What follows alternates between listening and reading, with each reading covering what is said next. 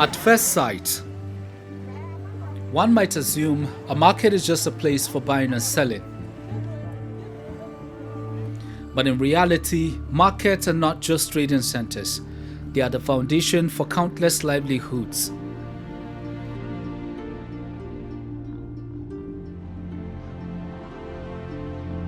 In Nigeria's federal capital city, thousands of traders strive daily to earn a living.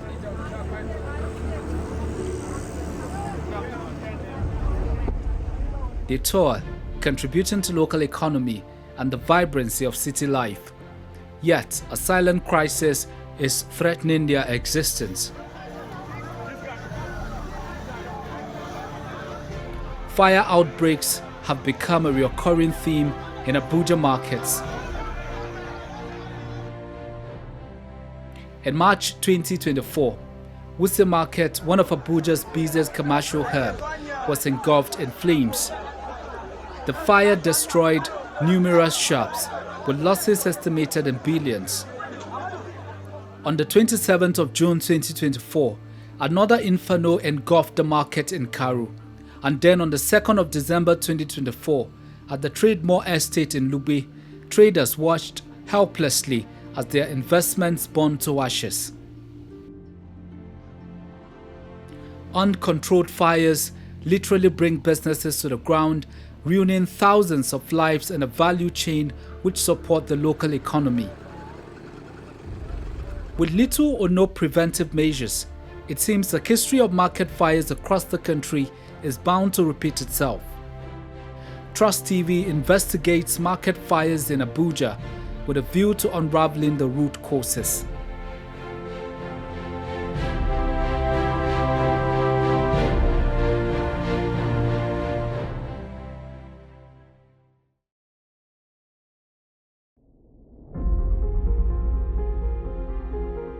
Electrical faults, gas explosions, and unknown causes.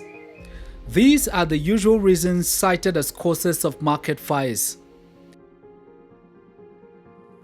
But some argue that the fire have elements of human complicity and could have been prevented. Beyond the ruins, do market authorities have safe guidance systems in place to prevent fires and the devastating impact? On the 27th of June 2024, Karu Market was up in flames. Traders' sources of livelihoods were burned to ashes.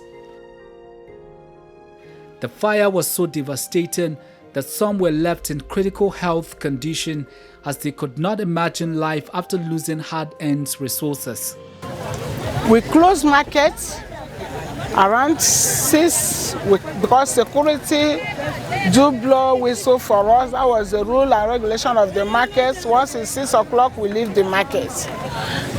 So as we left the market, so around 7:38, everybody was, call was coming in, calling. So when I picked the call, so they were telling me that there was fire in the market. So I rushed down. Before we get down here, there was fire covered everywhere. Fire covered everywhere. Very big fire, not small fire, all over. So when I saw the fire, I tried to open my shop. I couldn't. Before you know, my eyes was dark. I fainted. In fact, I didn't even know where I was again. Just like that. Amidst the chaos, one trader observed that the fire would not have escalated if there was an access road for firefighters to the scene. Instead, the market was crammed with traders, kiosks, and shanties, making it difficult to gain entry. Fire service sun zo sun yi iya kokarin su, sai dai damuwar da muka samu dan kwangila wanda yake gina mana sabuwar kasuwa shine ya toshe hanyar da motoci za su iya shiga. Motoci dole sai dai su zagaya su shigo ta kwatas din da suka shigo. Su kansu motocin saboda wutar irin yanda ta riga ta kama sun kasa kashewa, daga baya su kansu da suka ga wutar za ta ci da motocin su zagayewa suka ringa suna guduwa suna komawa baya. Dole wutar sai dai iya abin da ta ci ta rage kawai, amma ba iya samu an kashe ba gaskiya. To gaskiyar magana ba wani wanda ya isa ce ga abin da ya faru, amma sai dai tunanin da muke yi muna kyauta zaton cewar kamar wuta ce ta lantarki ta haddasa abin. Wannan shine abin da muke tunani, shine kuma kowa da kowa abin da yake ganin cewar kama abin da ya faru. At least shaguna tsakanin ginannen shago da baca abin da ya cinye guda 1,120. Akalla banda tebura, akalla dai annobar mutanen da ta shafa sun kai mutum 1,300 da kaman 20 haka.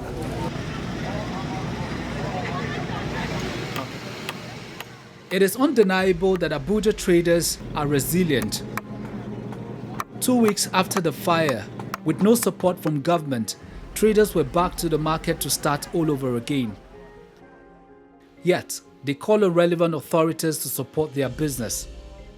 Most of the people are borrowing money from bank, and now this is what happened. They don't have where to pay, and some doesn't have single things to come and sell.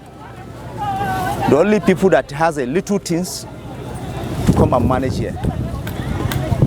I am the dealer, but what I'm escaping with it is a very little, and managing at the hand I will carry it and sell it. And if I sell it, you know where it is go. I'm going to feed my family. So most of the people that are here, I find their life very, very difficult.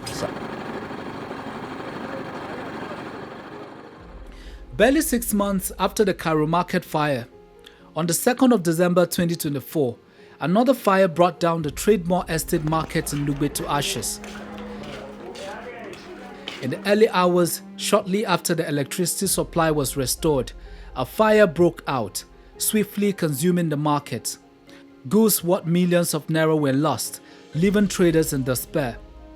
Months after the incident, again, the victims with no support began rebuilding. This place is the source of income for my family. This is the only source of income for my family. My husband has retired for the past 5 years, and this is the only place that we are getting all our all my responsibility from. I still have a child in the university, which it has been a very big problem for us to be able to pay the school fees, and she's already in final year, you know. Actually, when it happens, I thought that federal government will come, those humanitarians, they will come in our assistance, because the firefighter that came here was 6 vehicles, so I believe they were all aware of what happened. And ever since then, we've not seen anything. We've not seen any assistance from anybody. As you can see, everybody is just standing on his own. Like me, you see the way we're here, the 2 shops I am. I'm just starting all this by myself. No assistance from anywhere. Because I've been in this market for the past 8 years. And it's not something that one can just start a day. It's not a day work. I've put in all 8 years hard hand working. You know, morning, afternoon, and night, Saturdays and Sundays. Even after church service, I'm here. On that bad day, I will not say it's a faithful day. It's a bad day. It's an offense that occurred that one will never forget. As for me and my family, we will never forget it, because it has led down to this abject poverty. On Sunday nights, I closed around 7:30 to 8. All my shops were intact with others too. But by 4 a.m., a security in the estate that is in my street came and started knocking, banging my gates. That mommy, market is burning, market is burning. And that was how we got here. And we asked what happened. They say it's electricity. On that Sunday, that NEPA brought lights, and the power was high currents. That a bulb explode or something like that. Before you know, it's caught fire. The story always seems to be the same. Victims find themselves in a sorry state afterwards, leaving many wondering if there is any provision for such emergencies at the markets. Most traders do not have insurance, and the market managers sometimes make matters worse by going against the original master plan of the markets. It is only when you have traders, prospective trader, that is looking for a space. Then you look for space, possibly an open space that is meant for realization, for instance, within the market. So it might be converted. I was passing through some road corridors these days. I saw some of this. Utako market have been altered from the initial design. And what precipitated to this, to what we are discussing now, is as a result of possibly overzealousness in revenue generation. Okay, we have space here. How can we improve our revenue? And you know, under this current dispensation, almost all the government ministries and agencies are looking inward to generate funds. Most of these markets, they have authorities, constituted authorities, associations. Chairman of association might be under his instruction for open stores, because these are closed markets, lock-up shops. Now, at a point in time, open counters, stores, umbrellas are introducing some open space, possibly meant for parking of cars, perhaps. So, these are stages when most of these things comes in. When you plan a market according to what you expect, the population you expect, and there's something I want to draw your attention to. When majority of these markets were being designed, Abuja was just within Asokoro, Garki, Federal Capital City. Asokoro, Garki, Wuse, all these places. You can even trek from Wuse to Garki about this time. But now, Abuja has grown to the extent of even moving to Giri Junction. So these are issues. Then the preference of what people buy depends on availability at what location. Possibly they have it in Utako market, and we have to go as a customer to Utako market. But I would like to tell you, I may not be the only customer willing to buy the same item.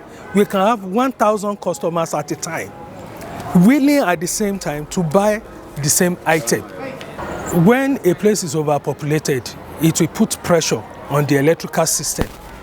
And all these markets I mentioned before now, they are old markets that have been designed like 30, 40 years ago.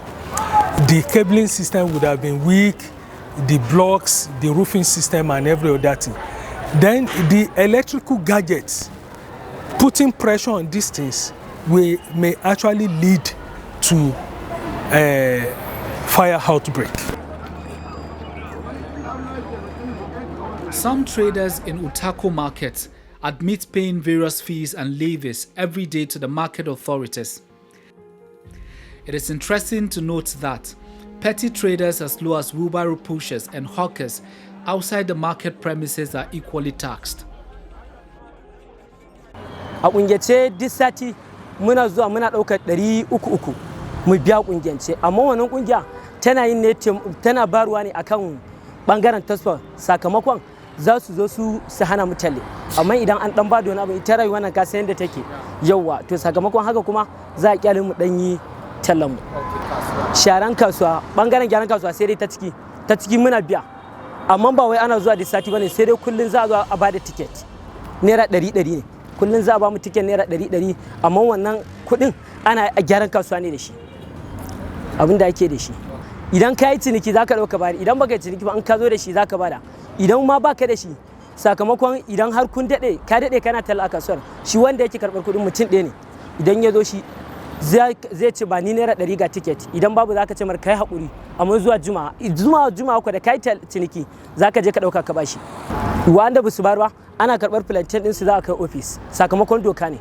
Idan an kai office zai sun ba za su je su belo ta ka gaba mutum zai kiyaye kuma mu ma muna jin daɗin haka sakamakon idan wani ya bayar yau wani ya ki bayarwa aka kyale shi to shi ma wanda ya bayar yau gobe ba zai bayar ba amma idan baka bayar ba aka karbe aka yi ta office aka je aka belo ta idan baka ji daɗi ba to gobe za ka biya in dai kana talla a cikin kasuwa za a baka tiket ka bani naira 100 kuma ko da baka talla a cikin kasuwa in dai kana ruba plantain za ka shiga to za ka biya wannan kuɗin tiket in dai mai ba da tiket ya ganka za ka bashi. Despite the consistent revenue collection, many markets remain in a state of disrepair. Traders contained with inadequate facilities, including overcrowded spaces and a glaring absence of fire safety measures. The Abuja Municipal Area Council is responsible for managing most of the markets in the Federal Capital Territory, but effort to get some of the authorities to respond to questions raised in the course of this documentary was futile.